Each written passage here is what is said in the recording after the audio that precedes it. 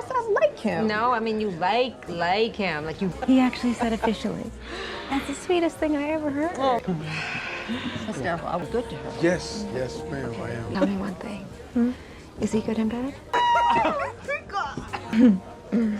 Now you know we wouldn't be talking if he weren't. A Journal for Jordan is a movie based on a true story. Directed by Denzel Washington, the movie takes you on an emotional journey of love, compassion, integrity, and loss. In today's fast-paced world of quick romances, the slow pace of the movie is refreshing, allowing us to experience the emotional punch that this movie brings. We follow the lives of Dana Candy and Charles King as they find their way to each other and their son Jordan. The movie plays out at different timelines, shifting from the present day to the past. The movie begins with Dana dreaming about snippets of her life with Charles, waking up to the memory of his death. She is alone in her home with a baby. It is the year 2007, and Dana works as a journalist for the New York Times. She gets into the office and is intercepted by her boss, who wants to add another reporter to help her with her story. Her boss is worried that another newspaper will steal the story from them. Immediately we see the irritation and disbelief at this suggestion. She thinks that just because the other guy is a white male, a name drop was enough to get him into the story, while she had to work twice as hard to earn the same privileges. The racism is apparent and reflected in the way that Dana is treated at work. She is furious at her boss for adding another reporter to her story and is trying to get her boss's attention. Her boss turns around and indicates her blouse, which is wet because her breasts are leaking milk. She consciously pulls her jacket to cover the wetness and heads to her office. Her friend and colleague Miriam walks into her office while she is using the breast pump. Miriam is concerned for her and begs her not to isolate herself. We get the impression that the incident of Charles's passing took place not too long ago, and Dana is trying to cope with it the best way she can. And as usual, everyone thinks their way to cope is the best way, without actually listening to what the other person needs. Miriam is trying to help but respectfully does not push Dana too much and is there for her. She gets home to her son, who is being looked after by a nanny. She walks into his room and checks his forehead just to be sure he isn't coming down with something. Dana is exhausted, still grieving for the loss of Charles, when Jordan begins wailing. She calms him down and gets into bed, only to be woken up by a dream/nightmare of Charles whispering in her ear, telling her to tell him everything. She walks up to her closet, removing a box filled with memories of Charles, along with a book titled A Father's Legacy, printed in beautiful gold lettering. She walks into Jordan's room and begins to read to him from the book. She reads, "Dear Jordan, I want you to know that it's all right for boys to cry. Sometimes crying can release a lot of pain and stress. It has nothing to do with your manhood." The book that Dana is reading is a journal that Charles wrote for Jordan. It is a book filled with words and wisdom that Charles wanted his son to know but never got the opportunity to teach him himself. Dana sits down at her laptop and begins writing a letter to her son Jordan about his father and about them. She recalls the first time she ever saw Charles Monroe King. It is the year 1998, and she is visiting her father for his birthday. Immediately we see a very different Dana from the one we've been seeing so far. She is happy, full of life, coasting in her car and singing along to pop tunes as she makes her way to her childhood home. At dinner, her mother asks the usual mom questions. She tells her mother that she broke up with her current boyfriend and that they are never getting back together. Dana, her two siblings, and her parents sit down for a family dinner. The family says grace at the table and begins eating. Post-dinner, she catches her siblings smoking by the shed, and she chastises them. They want her to take a hit so she can relax. Dana is a type of personality and cannot stay with her parents anymore. She is staying at a hotel close to her parents' house. We also find that there is some tension between her mother and father, and Dana disapproves of her mother continuing to stay with him. We don't know what the issue is, but we will find out later. The next morning, she walks into her parents' house to find a stranger hanging up a framed painting. He asks her if she is Dana or Gwen, showing he has intimate knowledge of the family. He introduces himself as First Sergeant Charles King. Her father was his drill sergeant and is very close to the family. The painting he is hanging up is a painting of the 761st Tank Battalion. She identifies the style of drawing and is fascinated that he could draw so well. She excuses herself from the conversation to see her father chilling in the backyard. She hands him a box of cigars as his birthday present, asking him to hide it from her mom. Her dad seems intent on setting the two of them together, pointing out that he is talented and good-looking. Her father is giving her tips on how to get together with Charles, a sweet and fun moment of father-daughter bonding. She decides to take her father's advice and tells Charles that she forgot her phone at the hotel, asking him to give her a ride. She turns on the music system, and an old song begins to play. She is trying to get him to open up, but he remains quiet for the most part. She asks him about the shared history of Charles and her father. He tells her he was lucky to meet them because they were there for him. They stop at a signal, and when the signal turns green, the car ahead of them does not move. Charles is patient. He is not bothered that the car ahead of him is not moving, while we see Dana getting impatient. She cannot take the wait any longer and honks rudely. She justifies her reasoning by saying she is a city girl and will always be. He finds this adorable, sneaking glances at her constantly. A little while later, the two of them are sharing a can of soda, sitting with their legs dipped in the hotel pool. She asks him about his relationship with her parents. He tells her that he is going through a divorce and that her parents are there for him. Her mom is a good listener, and her dad calls him over for a game every now and again. He loves them like his own parents, so much so that he calls her father Pops. She is surprised because it's not the same experience she had growing up with them as parents. He slides in closer to her and asks her if she is seeing anyone. She tells him she is recently single. Excited, he offers to pick her up for the BBQ party the next day since her car is at her parents' place. The next day, Dana is fast asleep and is woken up by a knock she thinks is housekeeping. It's actually Charles, and she has overslept. She gets ready in a hurry, and he compliments her. They head to a diner to grab breakfast. They talk about their histories, exchanging stories when the waitress comes over with their order. Their eating habits are diverse as well. She orders waffles and hash browns while he orders oatmeal.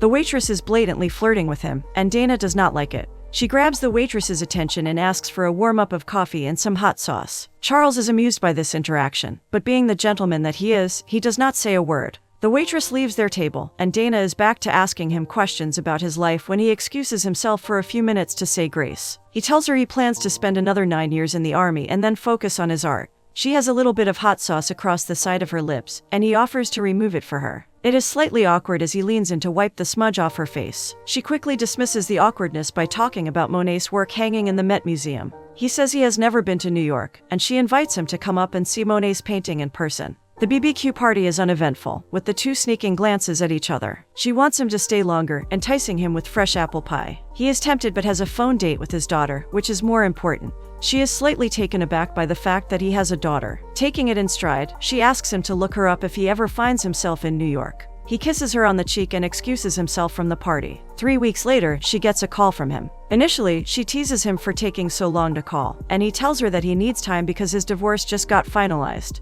He tells her he's been thinking about her a lot. It is now 2009, and Jordan has turned 2. Mom and son have an amazing time playing around the living room. Dana is slowly starting to experience her life, with joy once again being part of it. Jordan sees a set of red balloons flying in the air and shouts, "Peekaboo." She doesn't understand and finally realizes that Jordan probably remembered his father playing peekaboo with him. Dana is reminded of those days, and she removes a music CD that Charles had given her, as well as the photo of Charles with the red balloons. We are taken back to the past, to the initial phase of the relationship where they get to know each other. They have regular phone calls as they discuss each other's lives. They talk about the racism she feels in her office and his experiences in Iraq and Kuwait.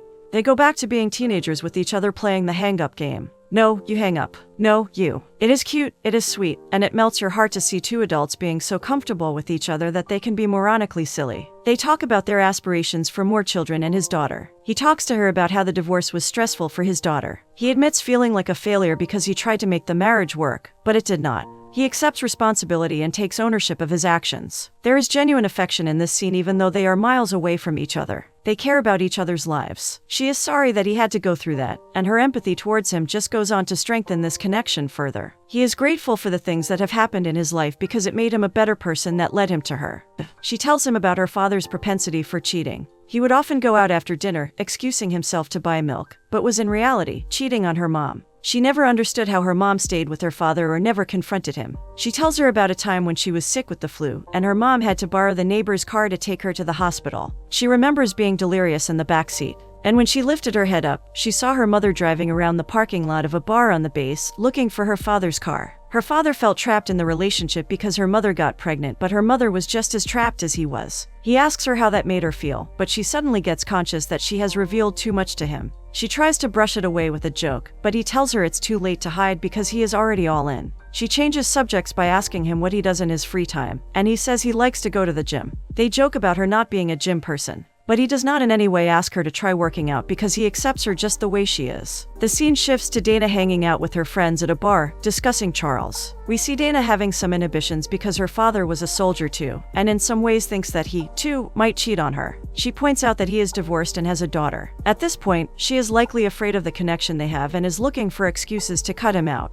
Dana is getting ready for work on a Friday, and it is the day he is coming to visit her. She is nervous and slightly afraid that he might not like her city. He offers to stay at a hotel, but she doesn't want him to. She gives him instructions on how to get here, as well as how much the cab ride should cost him. He appeases her by saying that if he could survive a battle in Iraq, he should be able to navigate the city of New York. He takes it one step further by asking her to call his mom if he does not make it to New York. He is excited to meet her and shows this by being absolutely adorably corny. Guess what? What? Chicken butt. She calls him out on his corniness and hangs up the phone. Later in the day, he reaches her place, and her doorman Manny lets him into her apartment. She is apologetic because she has to work for a few more hours, but he is fine with his sketch pad and asks her to take her time. She also asks Manny to help him out if he needs anything. After hanging up, her friend asks her to ditch work and get home to meet her man. She gets home, and they greet each other by asking about their day and trip. They set boundaries by discussing sleeping arrangements and each other's expectations. The two of them go out for a fancy dinner at one of NYC's upscale restaurants, and while he is not impressed, he is not uncomfortable either. The waiter walks over to their table to take their order. She orders for herself while he orders only a Caesar salad for himself. She urges him to try out their pasta, to which he comments that pasta has too many carbs. She cajoles him to eat something else apart from a Caesar salad, and instead, he questions her about how she knows what he likes to eat. He stays firm in his order. She suggests at least getting some grilled chicken in them, to which he agrees silently. This scene is beautiful because she does not force him, nor does she demand that he eat something else, having come to this fancy restaurant, while he listens to her without any pride or ego. She turns to him, telling him she wants him to have a good time here when he leans over and kisses her.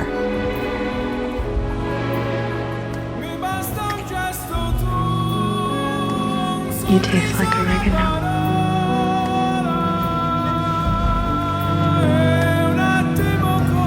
They are walking home when he constantly tries to stay on the outside of the sidewalk, protecting her. She notices this and tells him he doesn't need to do that. He is unapologetic about it and takes his place back on the outside of the sidewalk. She realizes this is who he is and apologizes for trying to change him. The understanding and respect they have for each other pop out of this scene. In a world filled with toxicity, we need examples like this to understand what a healthy relationship looks like. He kisses her again and again and again for a long time. The scene is electric, and she is enamored by his kiss. They return home to her apartment, and she goes into the bathroom to freshen up while he waits in the living room. He looks into a mirror, admitting how fine a woman she is. She comes out of the shower, opting not to shave her legs. She contemplates wearing something sexy for bed but instead dresses in her PJs. She asks him if there is anything he needs and offers one side of the bed for him to sleep in. He walks into the bedroom, wearing a tank top and boxers, looking absolutely delicious. There is a tense moment as they stare into each other's eyes, wondering what is going to happen next. Unable to stay apart, they begin kissing, turning the heat up to level 8.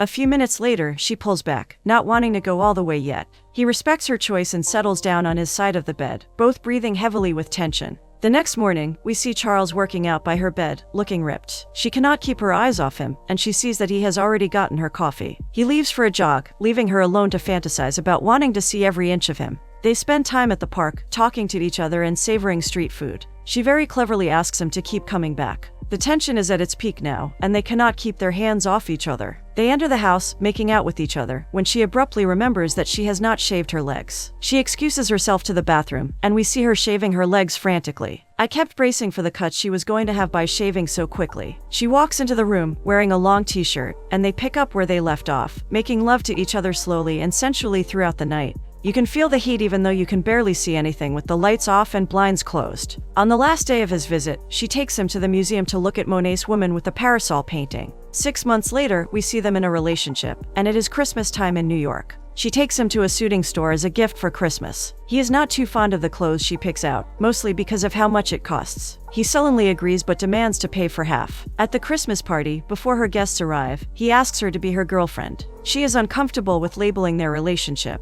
but he wants her to know that he is committed to her. She postpones the question until after the party. At the party, she is chilling with her friends while one of her friends, Judy, constantly warns him about hurting Dana. After the party, Charles asks her about her answer to the earlier question, and Dana tells him that she is worried that a commitment would mean leaving NYC and giving up her career. Probably because that's what happened in previous relationships. He assures her that he does not expect her to move. He promises to make it work, and she cannot understand how he could be so sure about it. He tells her that no one can predict the future, but he is sure he wants a future with her. That's when she finally tells him she is already his girl and there is no one else for her apart from him. He is annoyed that she made him convince her in a light-hearted way, and she tells him she had to make him work for it. The moment is tender and filled with love. They make love passionately, kissing each other while their hands explore each other's bodies. These days, I've been thinking about all the ways you have made your mark on the fabric, sewn into the pattern,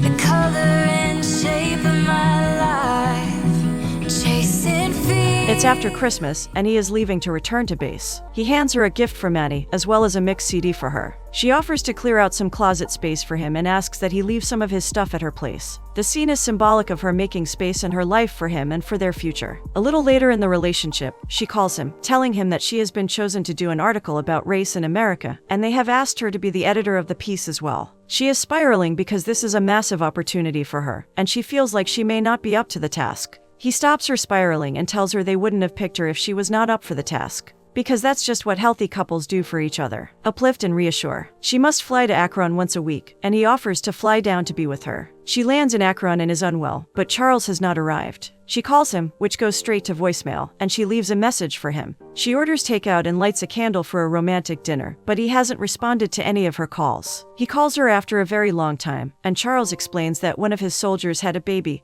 and that he was in the hospital. She's upset that he did not inform her, and he tells her that he couldn't get away to do so. Trauma from her past triggers her to think that he might have cheated on her, even though he reassures her that nothing like that happened. She is hurt and upset, and he apologizes, but he does not seem to understand how hurt she is. The argument heats up, and she hangs up on him with a goodbye. A couple of weeks later, he waits for her in her apartment, apologizing for his mistake. She is still annoyed and does not want to talk to him. He assures her that he isn't with anybody, that he is not her father, and that he would never be with another woman. He promises never to leave her, even if she wants to. He tells her he loves her and that he is not going anywhere. They kiss and are back together. The two of them are having a moment in the bedroom, where he is painting her toenails. She asks him about Iraq, and he tells her that at some point, the training kicks in, and he cannot remember anything else. She asks him if he has ever killed anyone. The answer is yes, but he does not say it out loud. 9/11 happens and they manage to reach each other, relieved that both of them are safe. He asks her to go home and stay at home. We skip forward to 2018, and Jordan is now in school.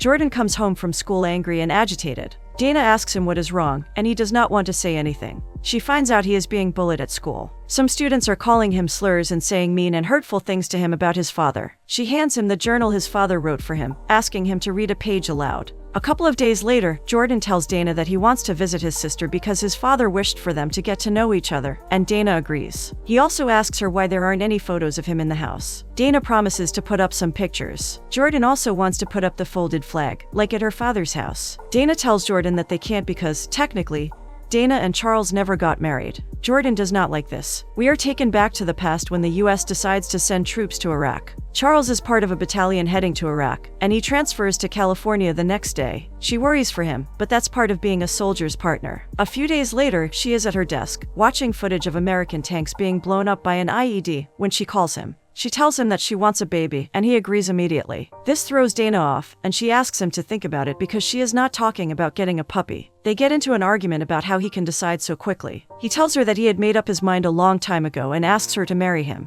She says yes, and he is ecstatic. He announces it to his team and everyone cheers for him. The scene is so downplayed that it seems very real. There is no pomp, no drama, and it's absolutely refreshing. We return to the present moment, where Jordan, Miriam, and Dana are sitting at the dining table. Jordan tells her he wants to visit his father's grave in Washington, D.C. Dana is not too keen on this, but her friend convinces her to take the trip. They are in the aircraft, on their way to D.C., when they hit turbulence, and she is afraid. Not just the turbulence, it feels like this is probably the first time she has visited his grave since the funeral. Rewind back to the past, and Dana is about 6 months pregnant when Charles comes to visit her. He is amazed by her beauty and her growing belly. At the ultrasound, they find out that the baby is a boy, making them delighted. Charles has to deploy soon, and he is making the final arrangements about money and other documents that she may require while he is deployed. He also hands her an envelope with funeral instructions already laid out. She does not want that envelope because she does not want to think of the possibility of him not coming back home. She gets up from the table and hands him the journal to write in,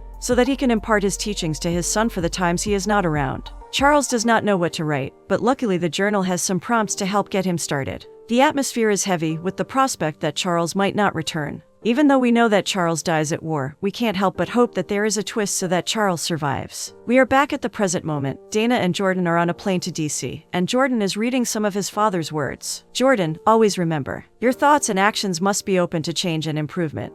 but your convictions must be non-negotiable. So abide by your convictions, and on your journey, if you ever get down and feel like you need to talk to someone, then talk to the one who can do something about it. You can't help the tears that threaten to spill over at this poignant moment. Jordan asks his mom why his father was not there at his birth, and we are again taken back to that moment in the past. Dana is almost 8 months pregnant and can't wait for Charles to come back and be with her. But Charles tells her he cannot come right now because his men are not ready yet. If he left and one of his men died, he wouldn't be able to forgive himself. Dana is rightfully angry and upset and begs him to return, begging him to prioritize them instead of his soldiers. He refuses, and they hang up, with Dana in tears. We see Charles writing his apology in the journal. His voice blends in perfectly with the scene of Dana giving birth. He tells Jordan about the strong women in his life, that these women were his first teachers, which is why he should never disrespect or lay his hand against a woman. Brace yourselves, it's about to get teary. The scene shifts to Iraq, where the soldiers are gathered for their own type of funeral. As they call out names of the fallen heroes, they blow the horn in salute. The deaths of the fallen are a perfect juxtaposition to the birth of his son. A few months after Jordan is born, Charles gets to meet his son for the first time.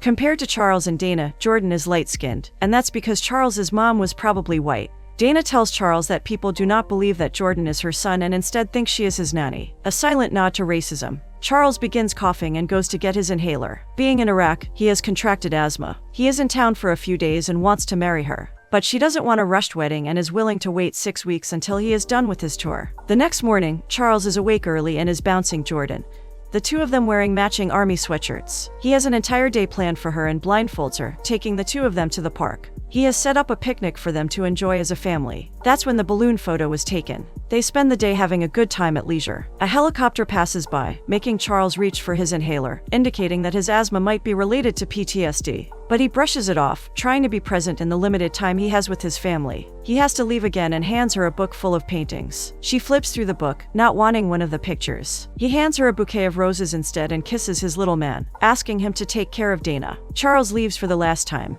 He says goodbye to Manny, asking him to take care of Dana as well. We come back to the present moment. Jordan and Dana are at Washington statue, and he asks her how Charles died. He wants the entire story and not just snippets. She begins to tell him the story. On October 14, 2006, Charles was running a mission to restock supplies at a remote location. On the way, an IED exploded and took out one vehicle. Charles managed to get himself out of the vehicle, but he was struck by shrapnel in his chest. He falls to the ground, desperately trying to remove a photograph from his pocket. One of his platoon mates drags him away, trying to save him. No matter how hard he tried, Charles took his last breath at 10:38 a.m., staring at the photograph of his wife and child, as life slowly drained from his eyes. There's no stopping those tears now. Dana's friends have just walked into her home when she gets the call. She is distraught, clinging to her friends for support as her heart breaks into a million pieces. She later finds out that Charles had planned for this to ensure she was not alone when she received this news. She finishes the story, and Jordan asks probably the most important question of the entire movie. He asks why they are even fighting that war. Dana explains that different people had different views about the war. Some say it was to free Iraq and stop terrorists. Others say that Americans created the by going to war. But his father had a different opinion. His father fought for his soldiers, to keep them alive and to get them home. Dana and Jordan are to visit Charles's grave, and Dana finds Jordan listening to his father's old tunes while working out. Charles stressed the importance of taking care of his body, and Jordan wanted to emulate that aspect of his father, becoming more and more like him each day. They reach the site to find that Jordan, with the help of his Aunt Miriam, has reached out to many of his father's soldiers, as well as family members, to join him. He reads a paragraph of what his father wrote for him in the journal. Family means everything to Jordan. It's why I wake up in the morning. It's why I put on my uniform and risk my life. And the great thing about it is that when you get older, you get to choose who's in it. So choose wisely. Surround yourself with people who love you for who you are, and love them back. Because love is the one thing in this world that is worth fighting for. Jordan could not understand why Dana was never given the flag, so he wanted to make sure that she did. He arranged for soldiers from his father's battalion to offer Dana the folded flag, symbolizing Charles's for their country. Dana hands the flag to Jordan, saying it rightfully belonged to him. The movie ends with Dana reciting the first page of her memoir as the group pays their respects to Charles. She goes on to tell Jordan how she felt like her life was over when she lost Charles, but instead, it was just beginning. She tells him to make his decisions through his heart, because the heart is a risky place. It can break, but it is better than leading your life numb because, without pain, it is impossible to find joy. She writes the memoir so Jordan always knows the remarkable love that Dana shared with Charles, a love she wishes Jordan would get to experience someday. The kind of love that does not ask her to be anyone other than who she is, and does not ask any more of you. She hopes he knows that he always has two parents watching over him. But she cannot hope to fill the role of a father in teaching this beautiful boy to become a young man, and for that, she gives him his father's journal and the wisdom it contains. By the time the credits roll, you feel like you've lived their lives. You've felt their joy and their sorrow. You've swooned at the romance and gotten hot and bothered at their chemistry. You've hoped for them and prayed that by some luck, Charles does not die. You are left feeling a catharsis of emotions. A perfect movie for a lonely night.